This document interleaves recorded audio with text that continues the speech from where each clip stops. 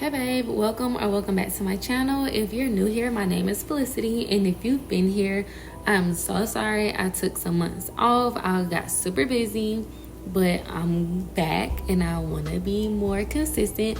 So just let me know what you guys would like to see. I will be continuing posting videos of myself and clients. But yeah, so let's get into this glam. I started off with cleansing her skin with micellar water, and you really just want to make sure you cleanse the skin with something. So you can use micellar water, makeup wipes, or if you're doing it on yourself, you can wash your face. You just want to have a good clean base to start with. Then I'm prepping her skin with the Kiehl's moisturizer and the watermelon glow serum.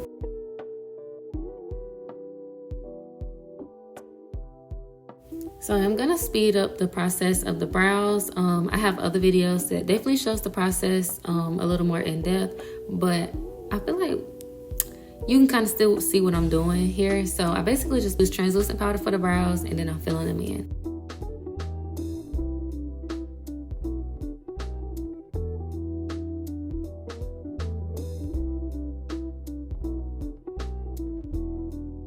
To conceal the brows, I like to take a lighter shade underneath the brow bone and go ahead and carve that out, and then I'll take a darker shade for the beginning of the brow using a flat brush. And this brush is actually a paint brush that I get from Michaels. I feel like when it comes to carving eyebrows, it's definitely different for a lot of people. Like, I could actually use a brush that's even bigger, like still flat but a little more wide to help take up a lot of more space. But I know some people would prefer an angled brush. For me, I personally don't like to use an angled brush. I feel like a flat brush just gets into the areas that I need a lot easier.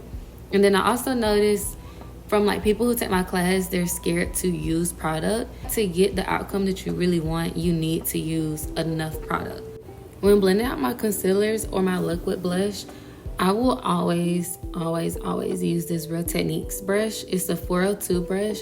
And I just feel like the shape of it, the density, is so perfect for blending out concealer. And when it comes to blending anything on the face or the eyes, you really want to use your wrist. Please do not put your whole elbow or arm into blending, because it's gonna make you too heavy-handed. And then especially on the eyes, you just want to make sure you have a really light hand so you don't feel like you're poking them in the eye. We're beating the face, but we don't want to really beat the face, And I always set the eyelid with translucent powder, and I'm gonna go ahead and go in with the eyes first because of the eye look. I don't want all of the eyeshadows to fall out on the face. I'm starting with my transition shade, and you can do a shade lighter than this if you feel like you need help with blending. But me personally, I feel like I didn't need one, so I'm gonna start with this kind of like a brick red, like a brownish shade, to go ahead and start forming the shape that I want the eye to go in.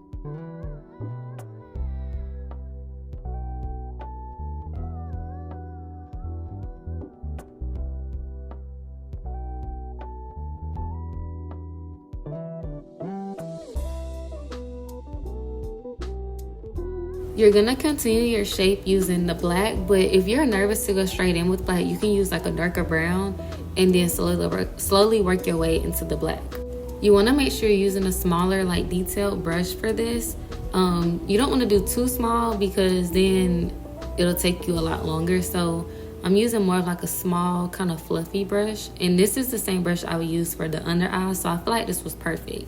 You want to take your time with this and make sure it's blended to your liking. You can go back and forth from the red and the black if you need to, or the brown and black if you used a darker brown.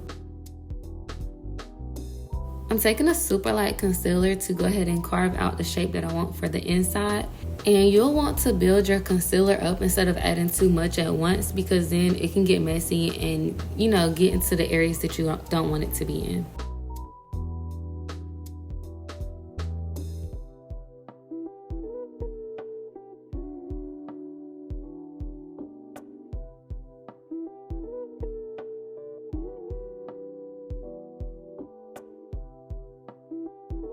I'm not gonna set that concealer with translucent powder. I'm just gonna go right on top with my gold eyeshadow, and you can use a pigment or just an eyeshadow from a palette if you would like. It really doesn't matter. A pigment would be easier, but it can be messier. So in my case with her lashes, I just went ahead and used an eyeshadow palette.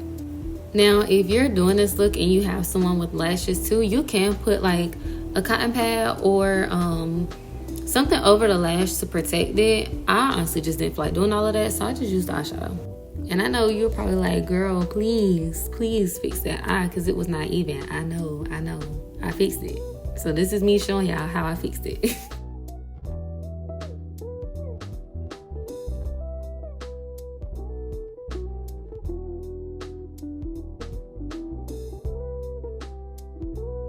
I used some micellar water on a Q-tip and just cleaned up the edges of the eyeshadow.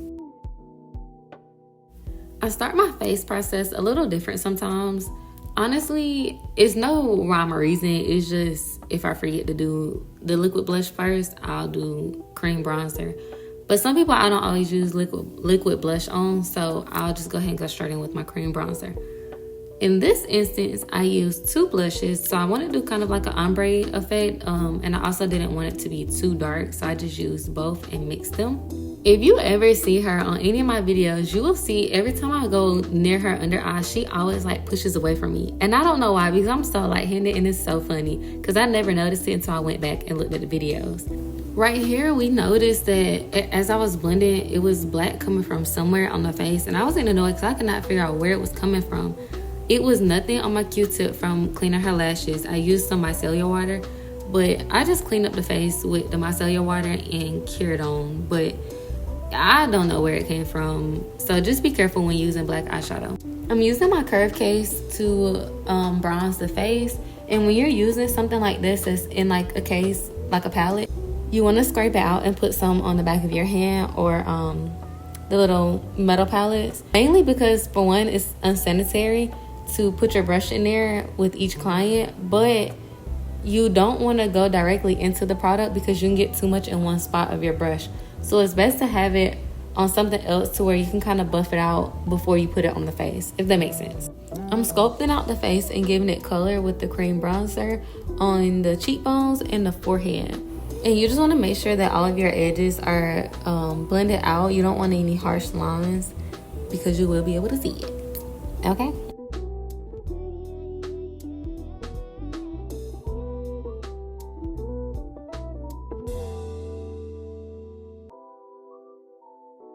I'm snatching the nose with that same bronzer shade, and I always take it into my eyebrow and into the eyeshadow a little bit. And you just want to make sure that your lines are as close as possible because that'll give you the most snatched appearance. If they're further apart, then your nose will appear wider.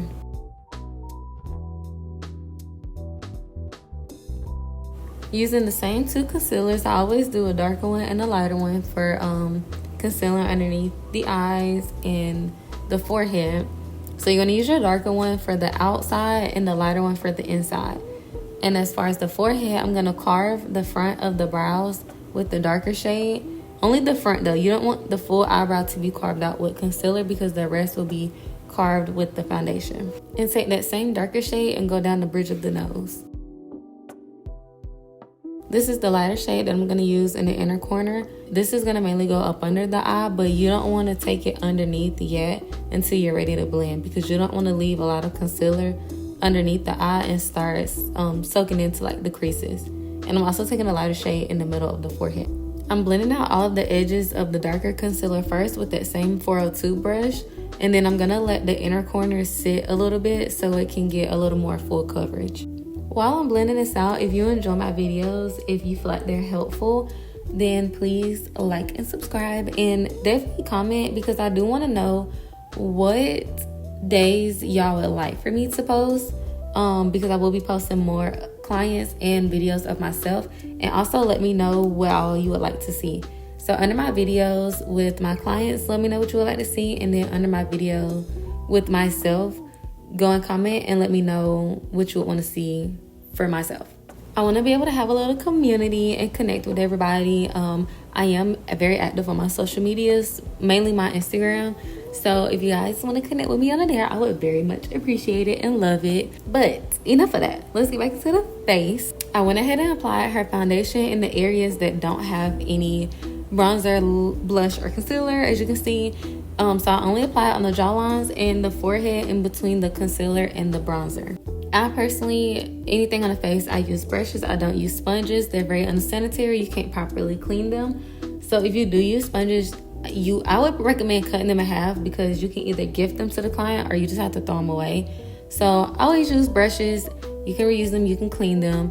And when using brushes, you want to always make sure you're patting in the face. You don't want to do any like swiping motions or like, dragging it on the face, because you will lift up the product and it'll leave like little brush strokes.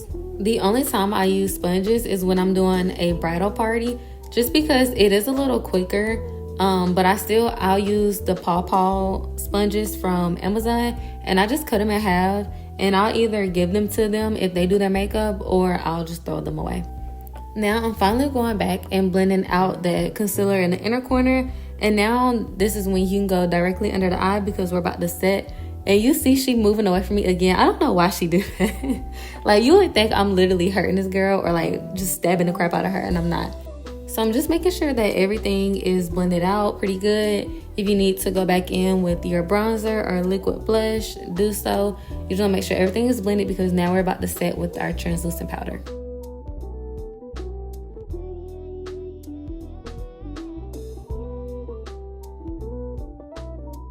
Now I'm setting the under eyes with the translucent powder first.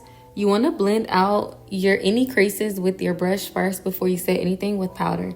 But with the powder on your powder puff, you want to make sure that is no chunks or like, any big pieces on there. You want to make sure you tap on the back of your hand, because those bigger pieces will get stuck into the concealer and it's just annoying to have to fix it. So just make sure you're tapping it directly into the skin. I don't bake other than like the nose contour.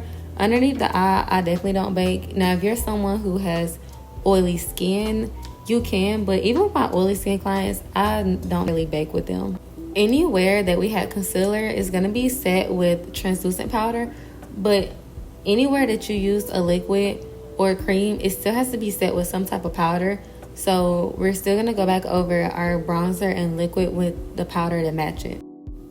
Now I'm going to set that foundation with the translucent powder, but this is also basically going to reverse contour the bronzer that we applied.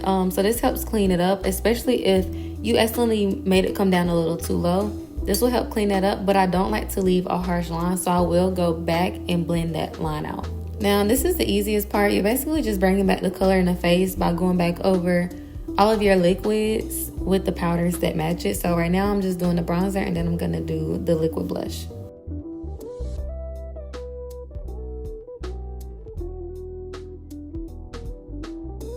Right here, I'm just taking some of that bronzer to contour her jawline.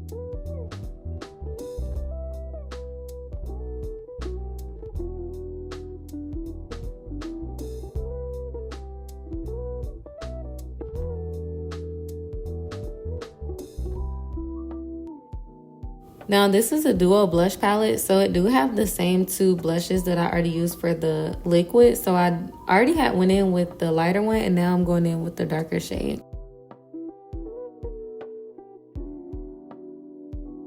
This is a highlighter blush by Rare Beauty, and you can't really see it right here, but I'm putting it on top and it is super pretty, but I would not use this by itself. I would only use this on top of another blush. At the end, I like to use a face powder, and depending on the look that I'm going for, I'll use a lighter one for under the eye, and then one that matches the foundation for the rest of the face. In this case, I used one that matches her skin tone for everywhere. So depending on the brand that you get, it'll give a more airbrush look. And for underneath the eye, I just like for it to be a smooth transition from the concealer to the blush.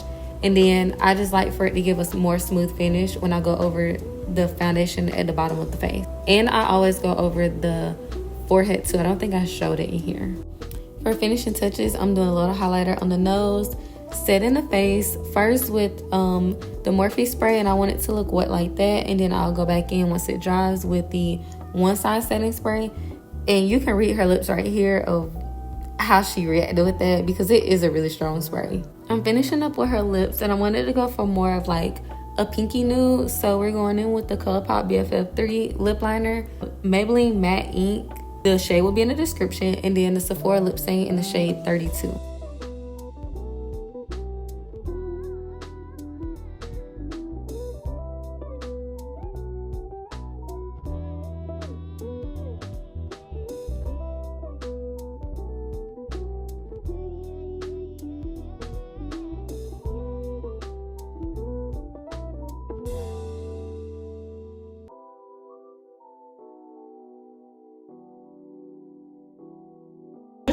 16.